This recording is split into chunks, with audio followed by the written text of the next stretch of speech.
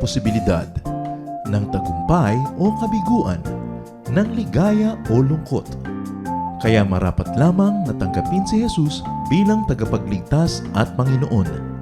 At matapos yun ay panariwain ang katapatan at paglapit sa Kanya bawat araw o day by day. Ang day by day ay naglalayong umalalay sa pang-araw-araw na pamumuhay. Narito po si Kuya Ed Lapis sa mensaheng pinamagatang The Jesus Wine.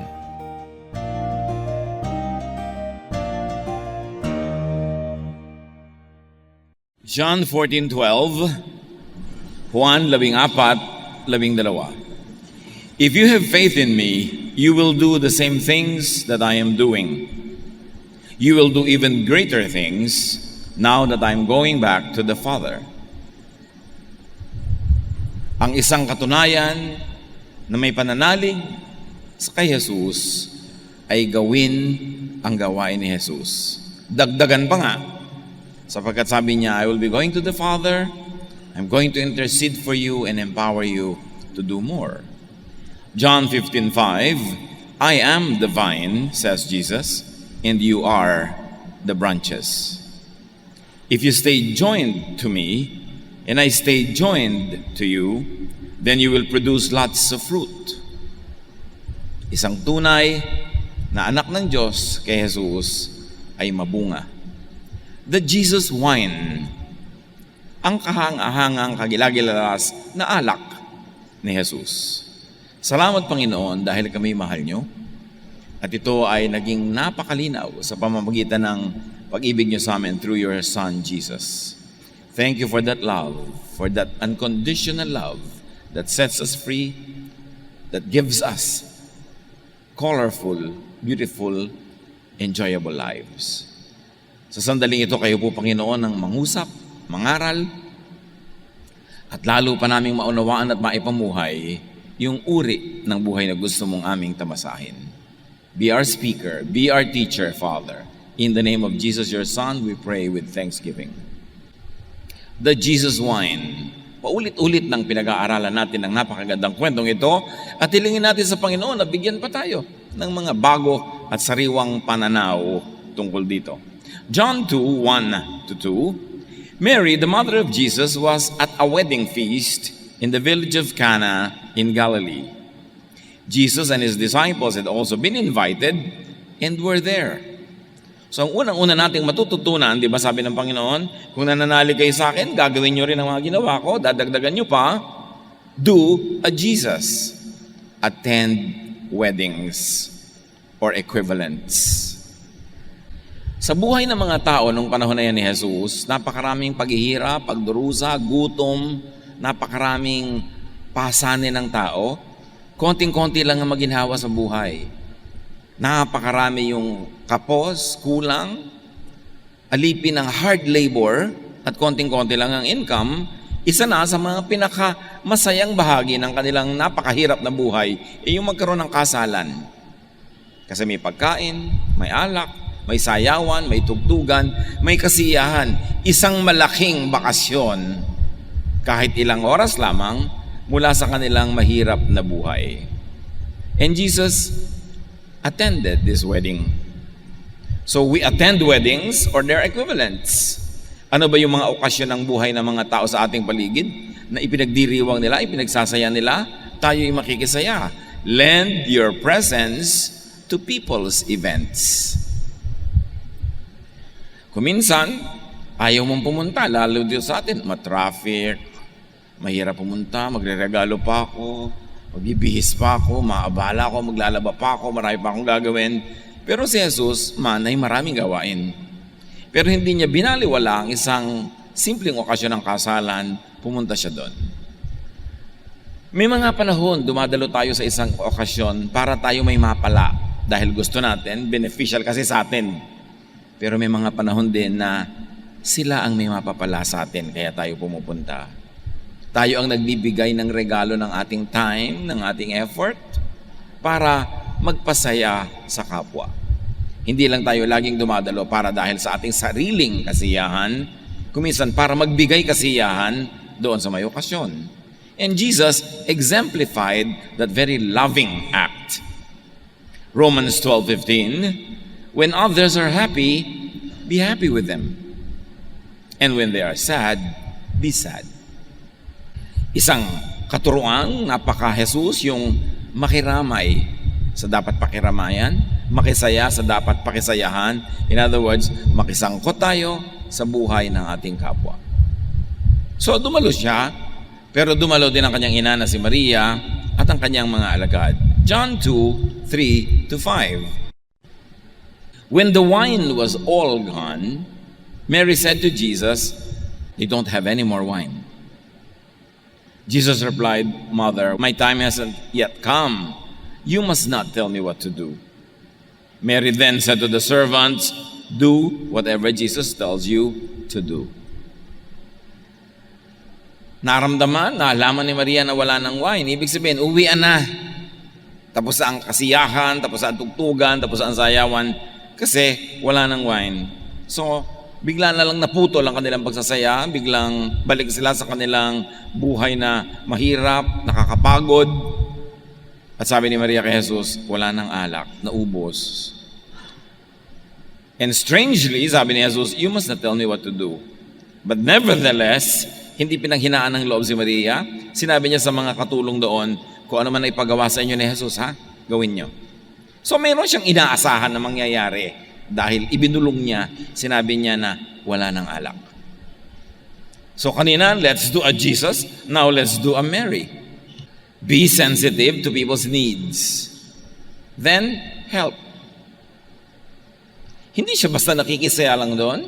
Yung presence ni Mary was a blessing because when she noticed that there was no more wine, which is an important element of the gathering, she went to Jesus and told him about it, asking for something to be done. So do a Mary, be sensitive to people's needs, broker between demand and supply. Alam niyo yung broker between demand and supply, between ang may kailangan at pwedeng makatulong, between ang pangangailangan and an answer. That is a very wonderful, beautiful ministry for God's people. At dyan magagaling ang marami mga nanay natin. Kung kanya-kanya ng pamilya yung mga anak niya o kanya-kanyang hanap buhay, yung nanay, lagi niyang ipinagdidilihensya doon sa mga anak niyang malaking kumita, yung mga mahinang kumita. Broker. Inilalapit niya yung may pangangailangan doon sa pwedeng makatugon sa pangangailangan na yon. And that's what Mary did. We too can do that, to broker between demand and supply. Alam mo, halimbawa ng isang pamangkin mo ay walang pang-enroll, yun naman isang kapatid mo, mayroong extra money na nilalapit-lapit mo, yung isang pamangkin natin, wala siyang pang-enroll. Ganun ang mga trabaho ng mga anak ng Diyos. Pinagdudugtong yung nangangailangan doon sa sagot sa pangangailangan na yon.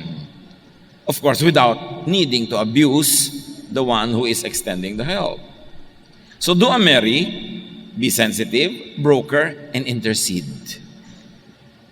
She interceded in behalf of the hosts, yung mga merong handa, but also in behalf of those who were enjoying the gathering, whose enjoyment would suddenly be cut. And do a Mary, believe in your prayer. In a manner of speaking, Mary prayed to Jesus, they have no more wine. There are words between the lines. Kaya ang sabi sa kanya ni Jesus, don't tell me what to do. Ibig sabihin, alam ni Jesus na may pinapagawa sa kanya. Nonetheless, Mary told the servants, do whatever Jesus tells you. She was expecting and praying that Jesus would do something to solve the situation. Mark 11:24 tells us, therefore I tell you, whatever you ask for in prayer, believe that you have received it and it will be yours. So Mary asked, Mary believed that she would receive what she asked for. That's why she told the servants, do whatever Jesus tells you.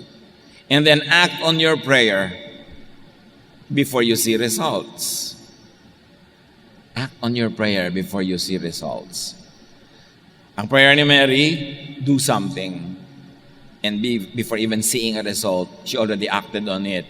Sinabi niya sa mga katulong, kung ano man ang instruction sa inyo, gawin nyo. Hinanda na niya yung setting para mangyari yung kanyang hinihingi. Faith moves mountains. And a prayer of faith believes that the mountain already moved before it actually physically obeys. Sa pagpapatuloy ng kwento, John 2, 6-11. At the feast there were 6 stone jars, water jars, that were used by the people for washing themselves in the way that their religion said they must. Each jar held about 20 or 30 gallons. Ang dami nito. 6 jars times 20 gallons, di 120 gallons na yon. Kung 30, di 180 gallons ang laman ng mga jars. Nakataob lang doon dahil wala namang seremonya, walang ritual, hindi ginagamit. So these were empty jars, seemingly innocent, useless items at the moment, but would have starring roles in what Jesus would do. Verse 7, Jesus told the servants to fill them to the top with water. First, Mary tells the servants, do what Jesus tells you. Now, Jesus tells the servants, punuin nyo ng tubig yung mga jar na yan. So, again, another character, aside from the empty jars, the servants. Seemingly innocent bystanders, seemingly useless at the moment, but they would also have starring roles in what would happen. Mary told the servants, Jesus told the servants. Dalawa na ngayon ang nagsabi sa kanila. Then after the jars had been filled, he said, now take some water and give it to the man in charge of the feast. Merong taga-approve kung ano ipapakain, kung ano ipapainom, merong in charge, merong events manager, events director. At sabi ni Jesus, ayang may tubig na, dalhin nyo doon sa master of the event. The servants did as Jesus told them. So as you can see, the story moves forward because the servants had been very, very cooperative. Kung ano sabihin sa kanila, ginagawa nila. Kasi kung hindi sila sumunod, hindi tutuloy ang kwento. Mahalaga yung obedience. The servants did as Jesus told them, and the man in charge drank some of the water that had now turned into wine. He did not know where the wine had come from, but the servants did. Sinabi ni Jesus, dali nyo yan, patikimin nyo yung master of the program kung a-approve niyang isa-serve ang alak na yan. Hindi alam noong master of the event kung saan galing yung alak. Yung servants, alam nila kasi sila yung kumuha ng tubig sa balon. He called the bridegroom over and said, ikaw kakaiba ka. The best wine is always served first. Then after the guests have had plenty, the other wine is served. But you have kept the best until last. Naranasan nyo na ba na umaten kayo ng handaan na ang tagal-tagal magpakain? Especially, halimbawa, kasalan, ang tagal magpakain. Tapos may konting kung ano mang nakakain doon sa mesa. Halimbawa, butong pakuan, o mani, o mga balat-balat na kung ano-ano. Di ba? Ang sarap. Kasi gutom pa kayo Gutom pa kayo. Kaya appreciate yung kung ano yung nandun. Pero pag sunod-sunod na dumating yung pagkain, hindi mo na na-appreciate. Kaya sabi nitong program director, ikaw yung iba, yung pinakamasarap na wine, unang sinaserve. Kasi na-appreciate masyado. Kasi pa yung mga tao, sabik pa. Pero pagka sila ay nabubusog-busog na, yung mga second at third class wine na lang inilalabas, kasi hindi na masyado nakahalata ng mga tao yun dahil busog na sila. Pero ikaw kakaiba. Sa huli mo pa pala ilalabas yung superior.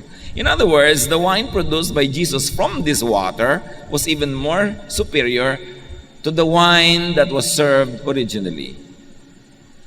This was Jesus' first miracle. And he did it in the village of Cana in Galilee. There, Jesus showed his glory, and his disciples put their faith in him.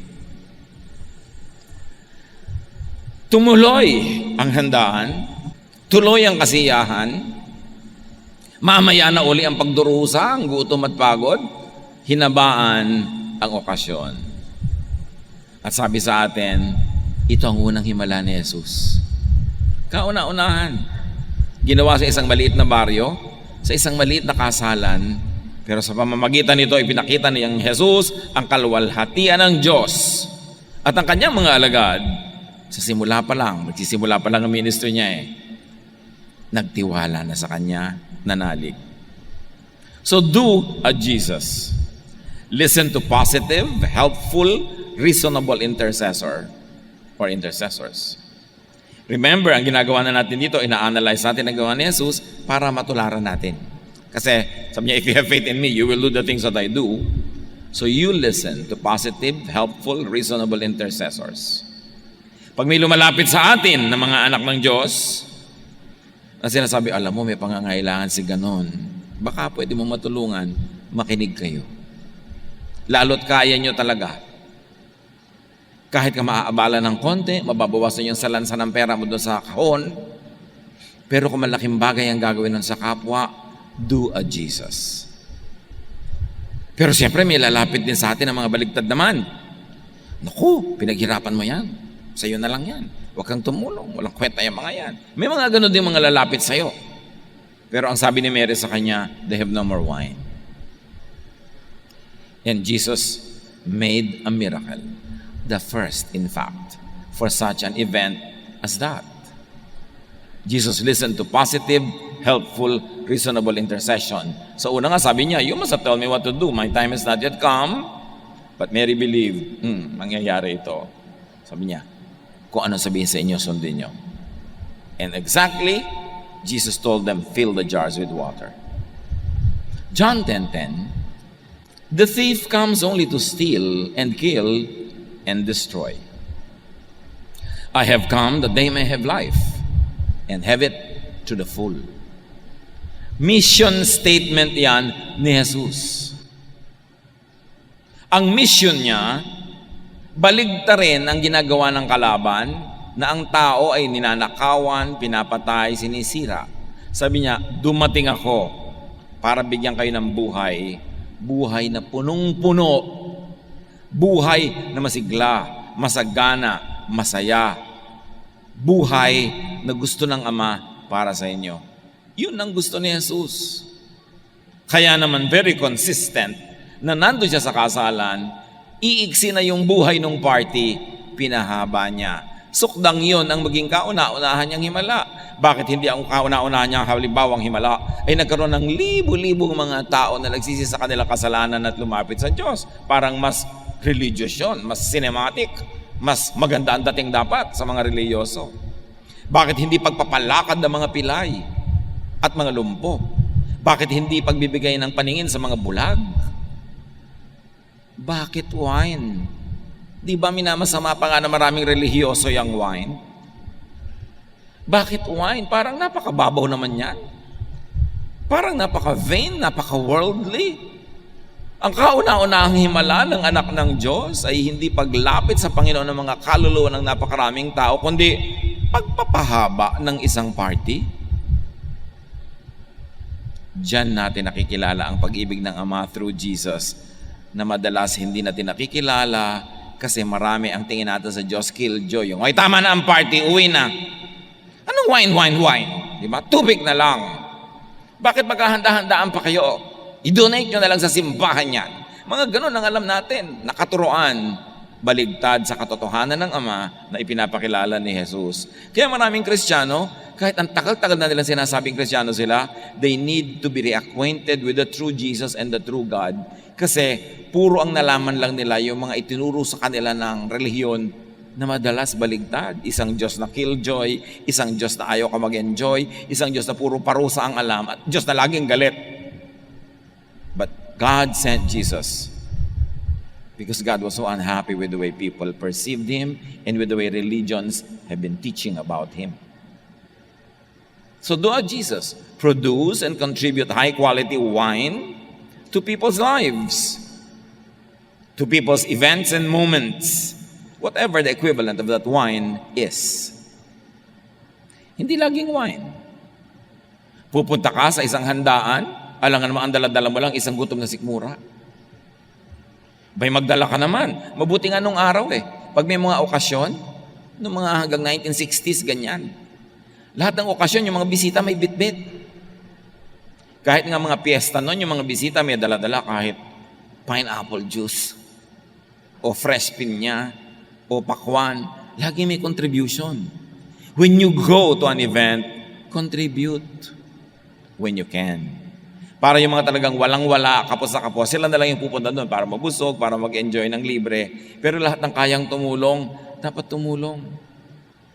May ikakasal kang anak ng kaibigan, contribute. Pupunta ka sa isang okasyon, bring something positive. Even just a positive disposition. Even just a cheerful emotion that will add to the enhancement of the event. But always contribute high-quality wine, whatever that wine is, to people's lives.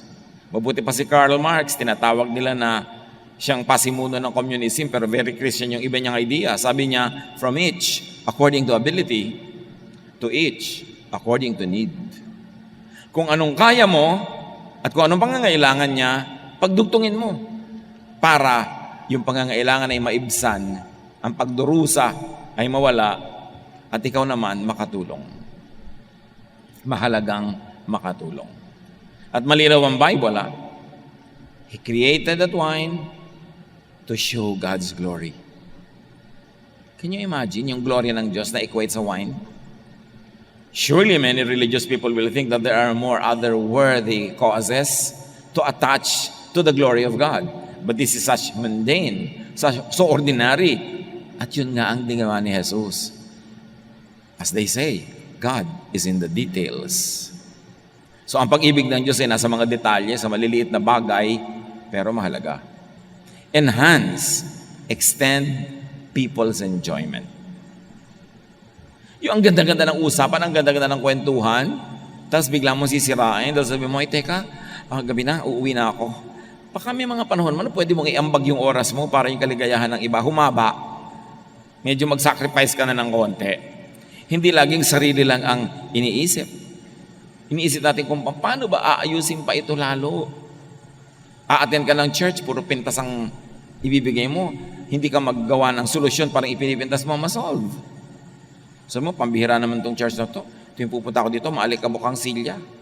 Abay, di dumating ka ng 1 hour before at punasan mo lahat yan. Hindi ba magandang contribution yon? Hindi yung puro kapintas. Do something to solve an issue instead of just complain. And then make life lighter, happier, more pleasurable for others. That's what Jesus did. And in doing so, He showed the glory of God. Ang gloria ng Diyos, hindi ang kalwalhatian niya, hindi lagi nandito sa mga ulap, nandito sa lupa, sa maliliit na bagay, sa pangangailangan ng mga taong may pangangailangan. Pagka yan ay dinugtungan mo, pinasaya mo, nilagyan mo ng positive contribution, you are glorifying God like Jesus did. Life for most people can be full of hard work, can be beset with hunger, thirst, lack of good things, made painful by separation, by loss, by defeat, by suffering. So mahalaga sa buhay ng iba, lalo't halos malapit nang tumalon sa building, yung party, socializing, some wine, some food, some dancing, which really means merrymaking. Merrymaking isn't bad. It is not ungodly. Jesus extended exactly that, a merrymaking event, which gives people happiness, rest from hard work, and enjoyment. Sabi ni Jesus, I came that you may have life and have it to the full. I did not come to cut your happiness, but to extend it. I did not come to make your life just black or white, but to fill it with color. I want you to have a full, meaningful life. This is the will of God the Father in heaven for you. That's why Jesus was sent. Merrymaking means what many religious people might consider vain and worldly and sinful. And it's included in what is being stolen and destroyed by the enemy. Jesus came to restore it. Merrymaking was Jesus' venue for his first miracle, which tells all of you and me and all of us that was very significant. Merrymaking was Jesus' venue for showing God's glory. Colossians 1:15, the Son is the image of the invisible God. You don't see God the Father in heaven, but through the Son you see the Father. So what the Son does, everything visible, tangible, audible, that is the will of the Father for us. Personified by Jesus. Isinakatawan ni Jesus yung hindi nakikitang Diyos Ama. Kaya ang totoong pagpapakilala ng Diyos Ama sa atin ay yung pagpapakilala ni Jesus. Christ is exactly like God. God who cannot be seen. That's what the contemporary English version says about the same idea. John 1:14, from Him all the kindness and all the truth of God have come down to us.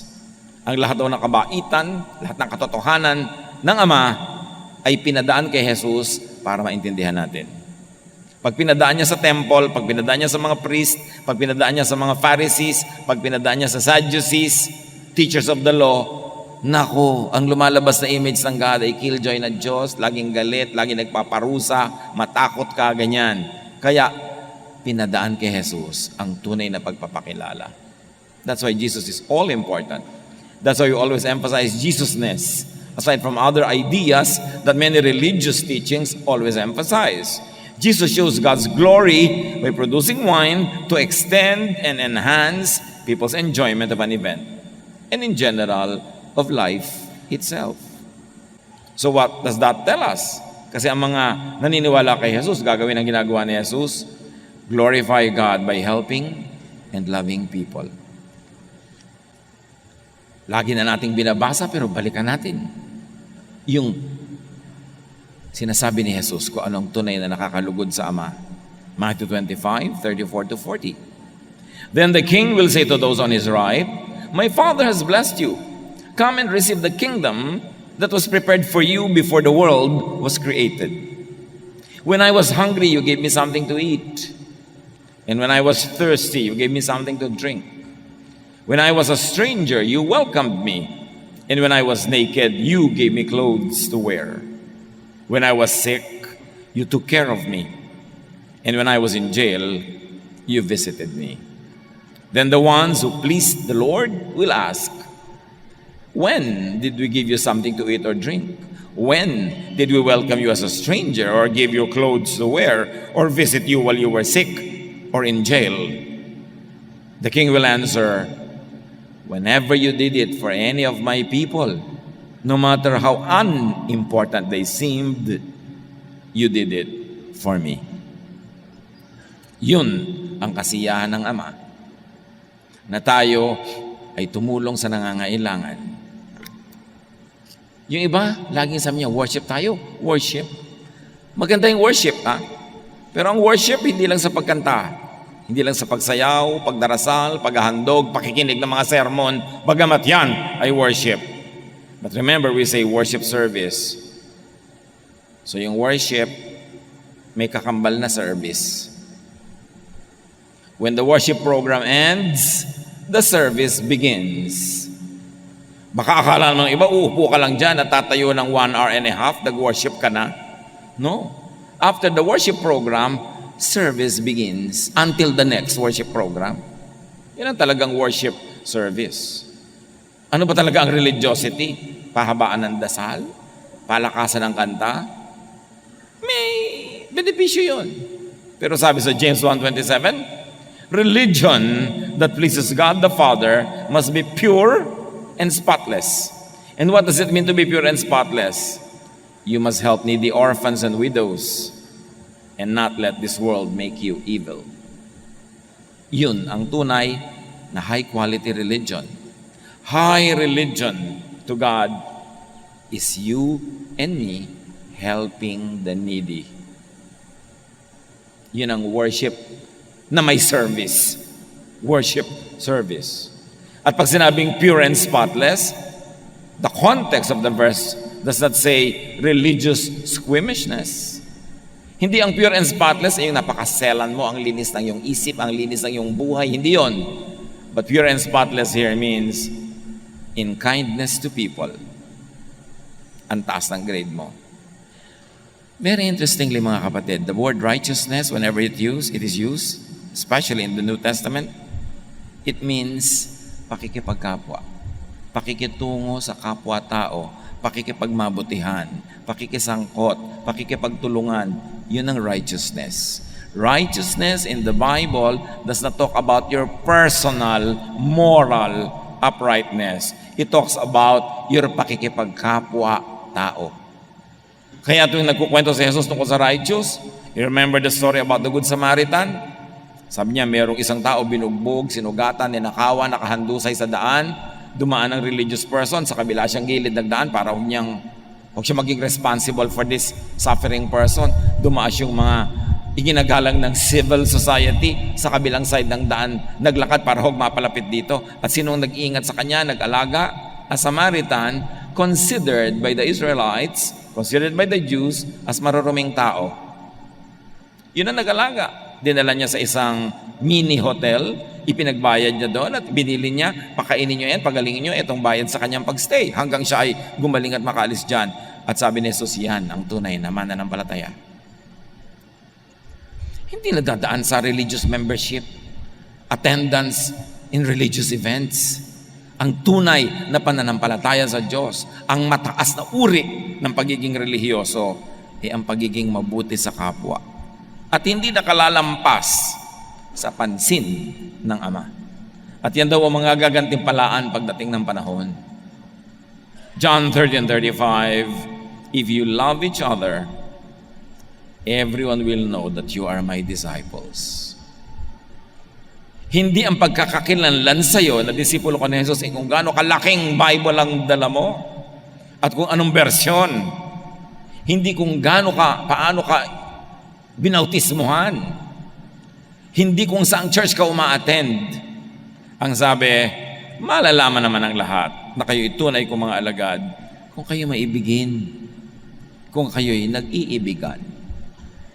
Baligtad pa nga, marami mga religious people habang nagiging religious, nagiging mabangis, nagiging masungit, nagiging palaaway sa kapwa niya religious dahil nagkukontest sila kung sino ang mas tama. Nag-aagawan ng mga members sa mga churches, nagsisiraan. Hindi yon ang patunay na ikay nananalig kay Jesus. Ang patunay ay maibigin ka. You attend people's events, you contribute positive things, you allow people to enjoy their lives, and you contribute to its extension.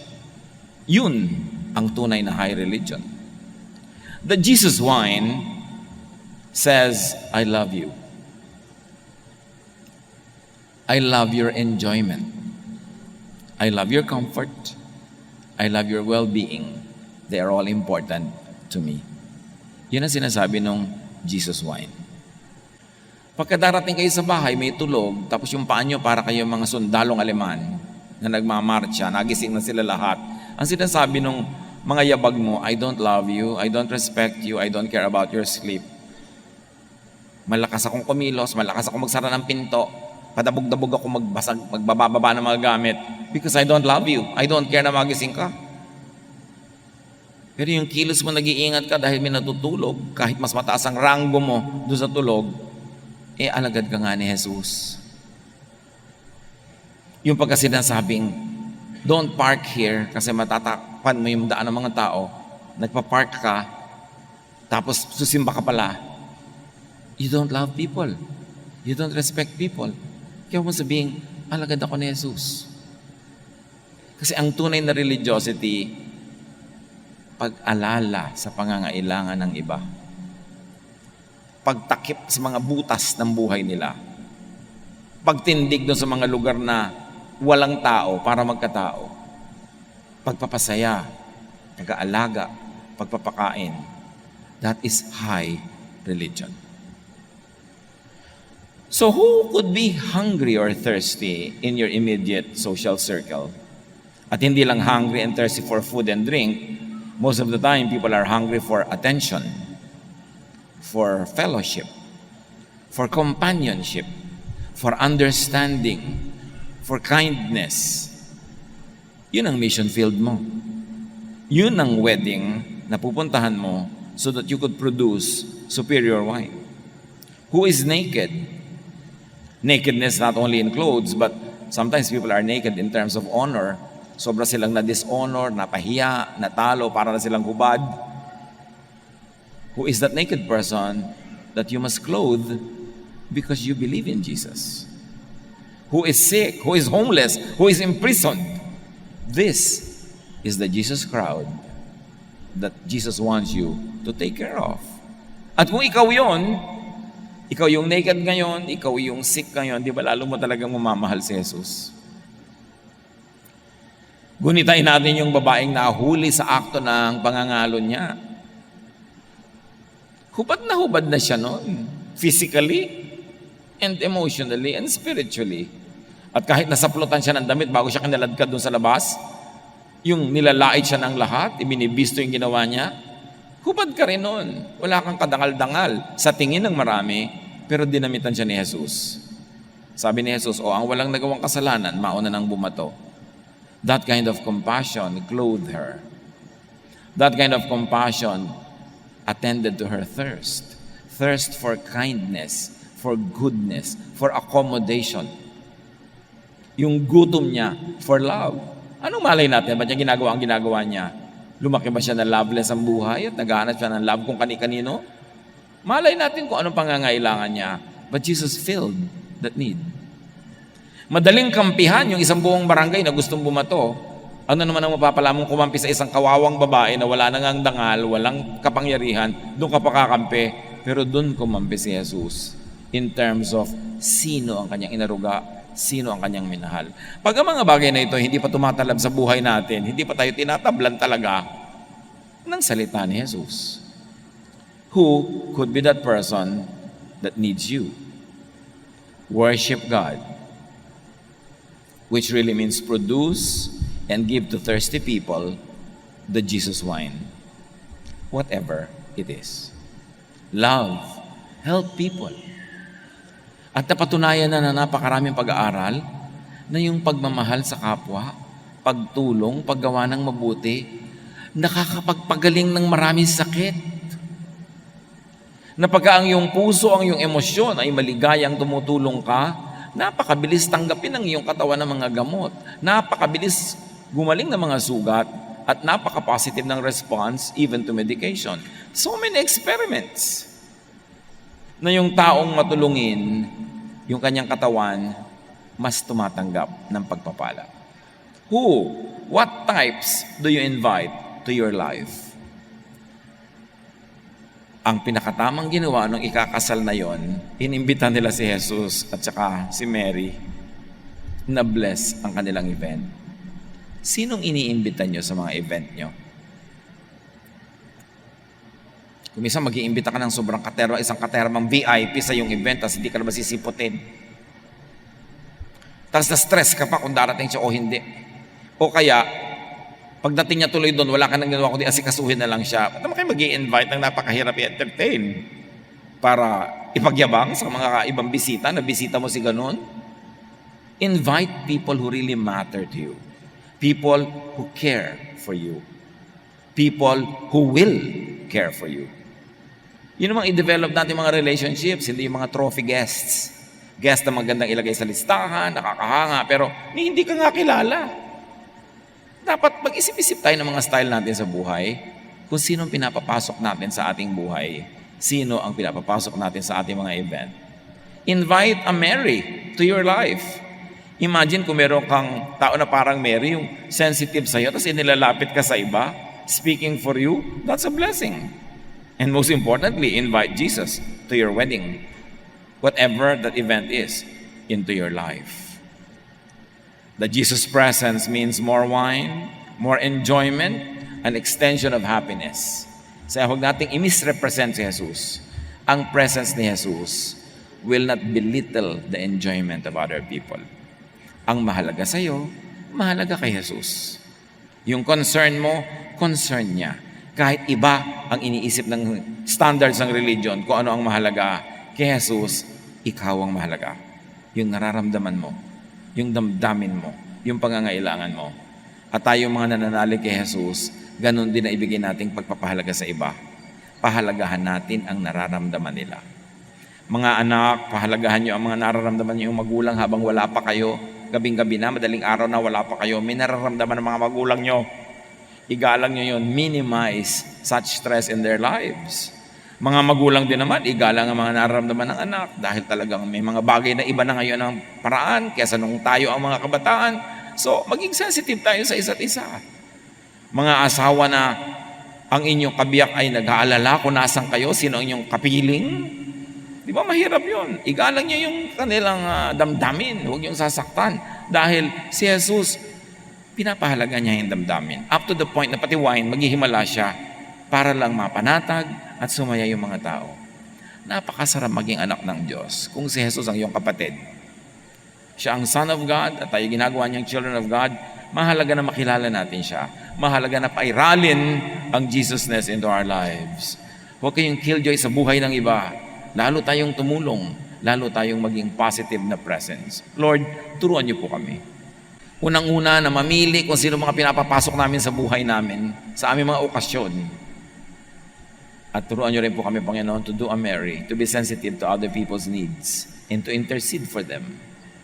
And very importantly, teach us to do a Jesus in many ways. To do what we can do within our power to improve people's lives, to make them happier, and to make their events more meaningful. Turuan niyo ba kami, Lord, to be like those servants who through obedience, though unknowingly at first, became great instruments in the first glorious miracle of Jesus. Teach us, Father. Pagbulay-bulayan natin ang makahulugan dito sa ating personal na buhay, isa puso, isa isip, at gawin. Father, continue to guide your people in this moment of silence.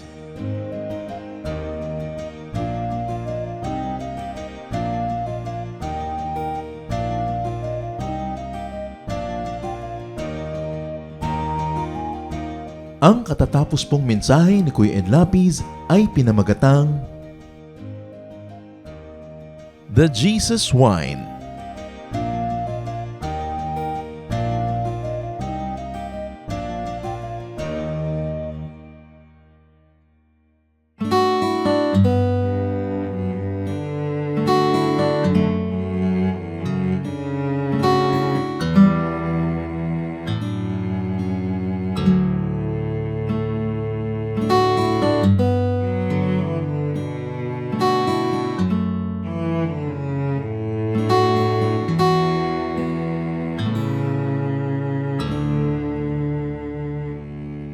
Aking damdamin, di mapalagi, at ang isipan ay laging ligaw. Di mawawari ang buhay palagi, kahit itama ay hindi sapat. Nais kong itama ngunit iabot at di sapat. Jesus, kailangan kita. Jesus, hindi mangangamba. Jesus, pag-ibig niyo'y ba di mapapantayan kahit na sinuman. Jesus, kailangan kita. Jesus, sa'yo'y hindi mangangamba. Jesus, sa piling niyo ako'y laging may pag-asa.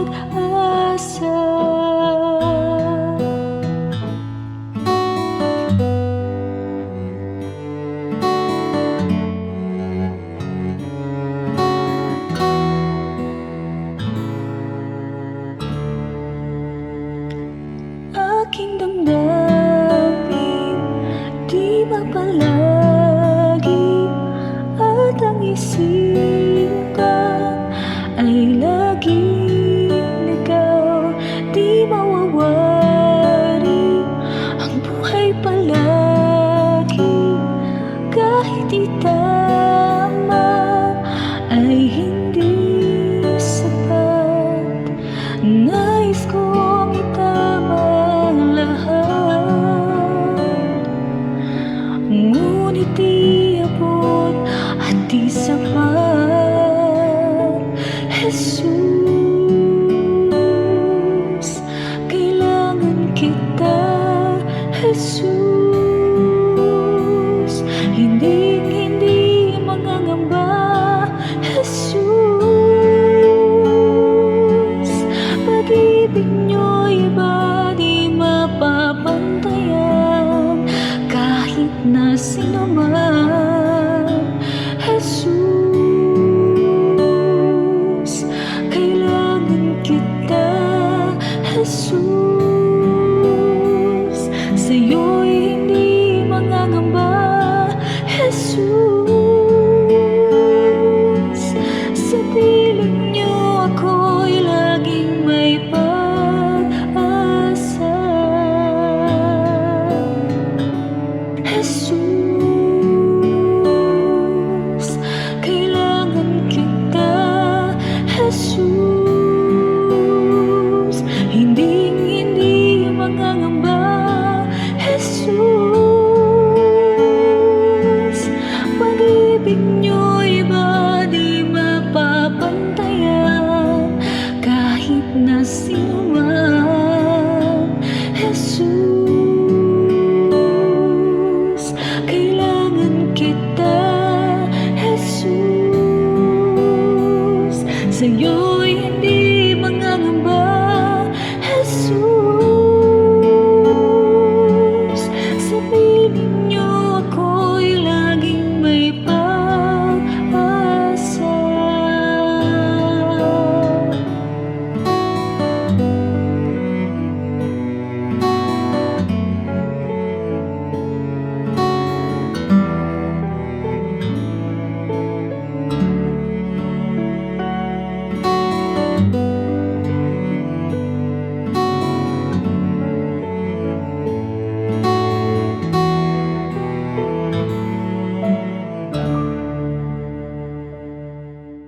Tayo po ay dumako sa ating hiyas ng lahi.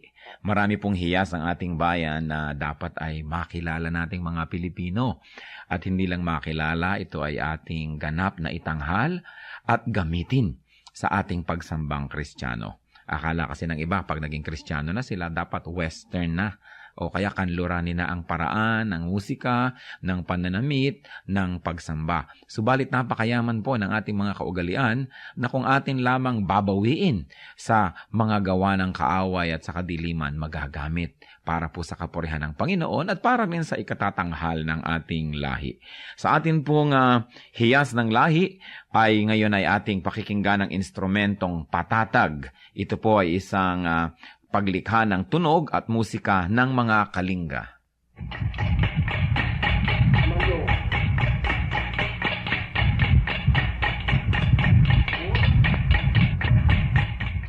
Ang patatag ay isang instrumentong panugtog ng mga kalinga sa Cordillera at ito ay yari sa isang bias ng buho na biniyak pahaba para maging 2 piraso.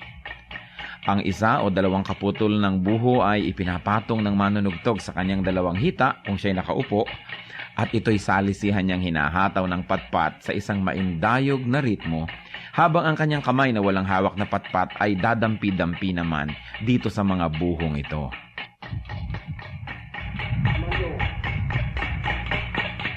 Maaaring sumali ang 1 hanggang 6 o higit pang mga manunugtog na salisihan ang pasok sa ritmo, habang sila ay nakapaghahabi naman ng isang melodya. Ginagaya ng patatag ang mga musikang nalilikha ng gangsa o ang mga mumunting gongs ng mga katutubong Pilipino sa Cordillera.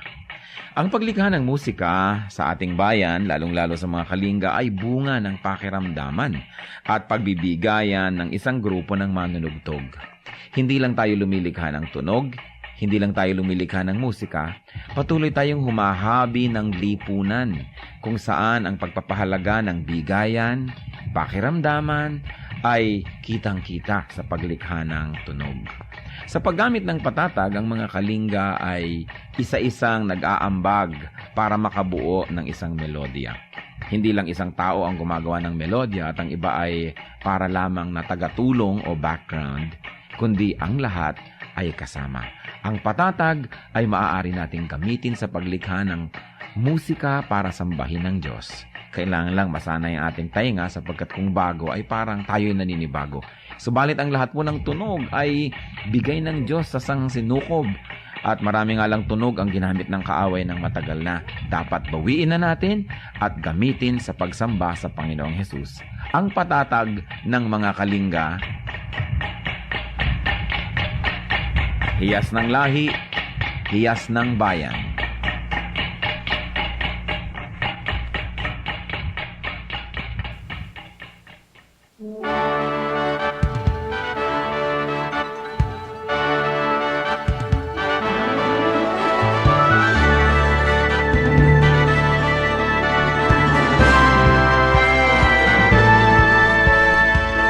Ang iyong hirang gala, ang iyong ngalan, taglay ang ligaya ng kaligtasan. Alab ng puso sa aming dibdib ay kayo ang dahilan. Uktawin ang nahihimting na damdamin, isingin ang aming yaring isipan. Tamang lakas ay gawin niyong alipin sa inyo ang pagsamba. Pagsamba, dalis ay napagsamba sa dakilang ngalan ka. Halina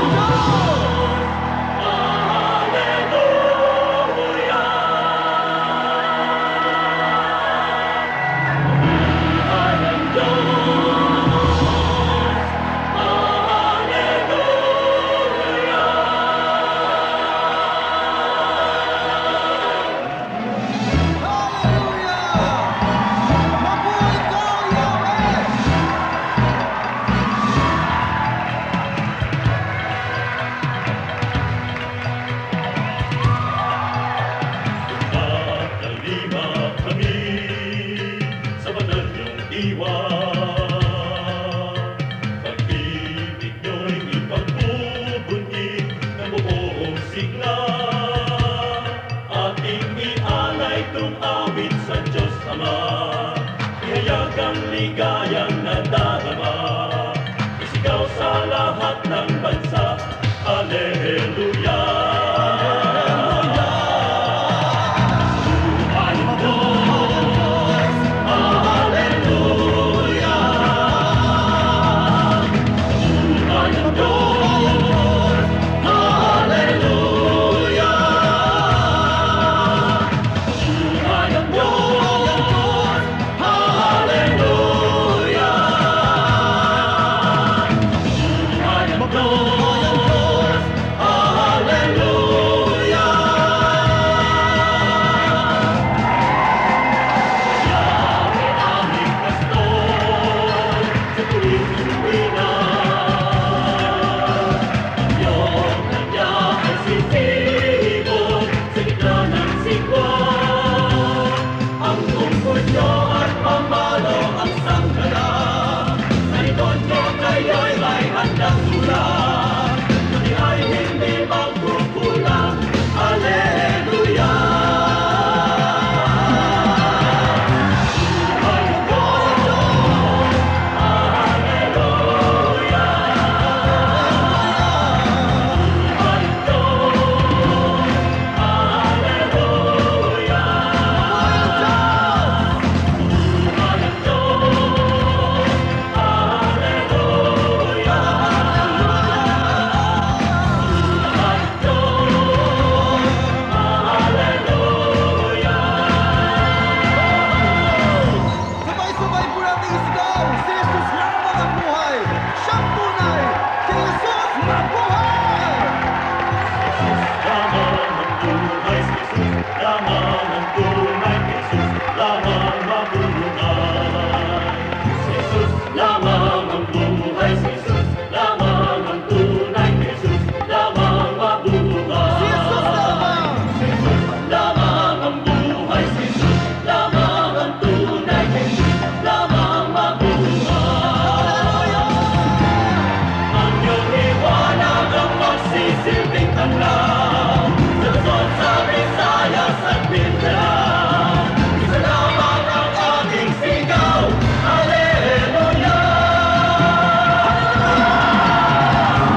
Buhay ang Diyos, Alleluia! Buhay ang Diyos, Alleluia! Jesus lamang ang buhay, Jesus lamang ang tunay, Jesus lamang mabuhay. Jesus lamang ang buhay, Jesus lamang ang tunay, Jesus lamang mabuhay. Jesus lamang ang buhay, Jesus lamang ang tunay, Jesus lamang mabuhay.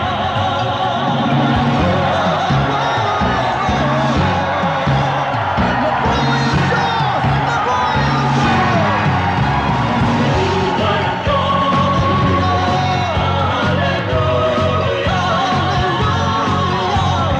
Buhay ang Diyos, Alleluia. Buhay ang Diyos, Alleluia. Alleluia.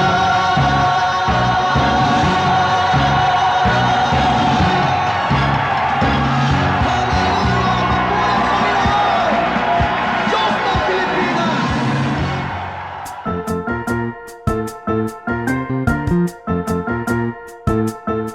Oras na po para pansamantalang magpaalam ang programang Day by Day.